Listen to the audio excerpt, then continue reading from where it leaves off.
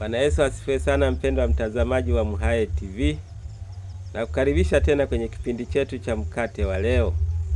Bado tunatazama jinsi Yesu anavyoziona dhambi. Niliruka namba 13 na namba 15, naenda namba 16. Ngoja turudi leo namba 13. Namba 13, Injili ya Yohana sura ya 12 mstari wa 31 na wa 32. Anasema, kwa sababu hiyo nawaambia, kila dhambi na kila neno la kufuru watasamehewa wanadamu, ila kwa kumkufuru Roho hawatasamehewa.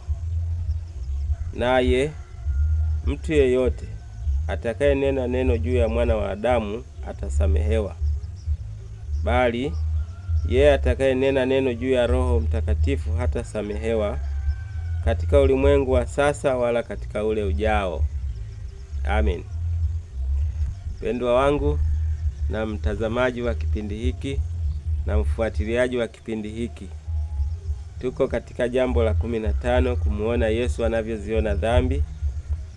Hapa kwenye mistari hii niliyokusomea, dhambi inaonekana. Yesu anasema, kwa sababu hiyo nawaambia, kila dhambi na kila neno la kufuru watasamehewa wanadamu, ila kwa kumkufuru Roho hawatasamehewa. Dhambi hapa inaonekana ni kumkufuru Roho. Roho hapa ni Roho Mtakatifu. Roho Mtakatifu ni Mungu. Dhambi zote wanadamu watasamehewa, makufuru mengine yote wanadamu watasamehewa, ila kimkufuru Roho Mtakatifu anasema hautasamehewa. Anaongeza, anasema, na mtu yeyote atakaye nena neno juu ya Mwana wa Adamu atasamehewa, bali atakaye nena neno juu ya Roho Mtakatifu hatasamehewa katika ulimwengu huu wa sasa wala katika ule ujao. Maana yake, ukimkufuru, kukufuru tafsiri yake ni kutukana. Ukimtukana Yesu utasamehewa, lakini ukimtukana Roho Mtakatifu hutasamehewa katika ulimwengu huu wa sasa hata ule ujao. Anasema mtu yeyote atakaye nena neno juu ya Mwana wa Adamu. Maana yake hata ukimsema vibaya Yesu hapa anajiweka kama mwanadamu halisi. Ukimsema kama Yesu, kama mwanadamu halisi, utasamehewa. Lakini anasema ukimkufuru Roho Mtakatifu, yani ukimtukana Mungu, hutasamehewa sasa wala katika wakati ujao wa ulimwengu ujao. Kusamehewa kunatokana na wewe kujiweka katika nafasi ya wanadamu. Lakini ukitenda mambo kwa Mungu, ukitenda kosa kwa Mungu, hutasamehewa. Ukimtendea mwanadamu kosa lolote, jambo lolote, kiomba msamaha, utasamehewa. Ila ukimtukana Mungu, hutasamehewa milele. Kwa nini nasema mambo haya? Wako wenzetu ambao huthubutu kumtukana Mungu. Huwa wanathubutu kumtukana Mungu, kumsema vibaya Mungu.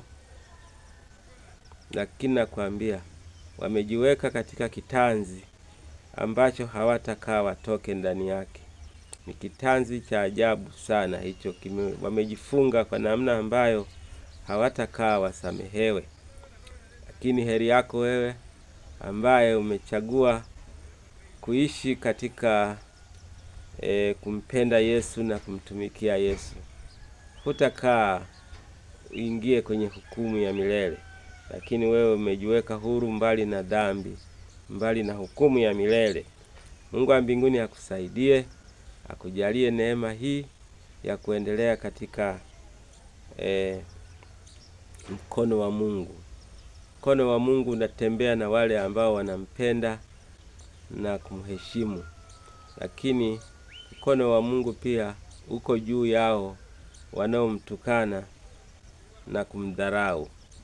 Uko juu yao, lakini mkono wa Mungu uko pamoja na wampendao. Naona kuna tofauti.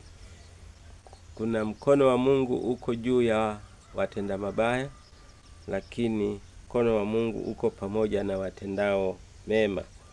Mungu akusaidie uwe upande wa mkono wa Mungu uwe pamoja nawe, ukushike, ukutunze, na sio ghadhabu ya Mungu iwe imekukalia.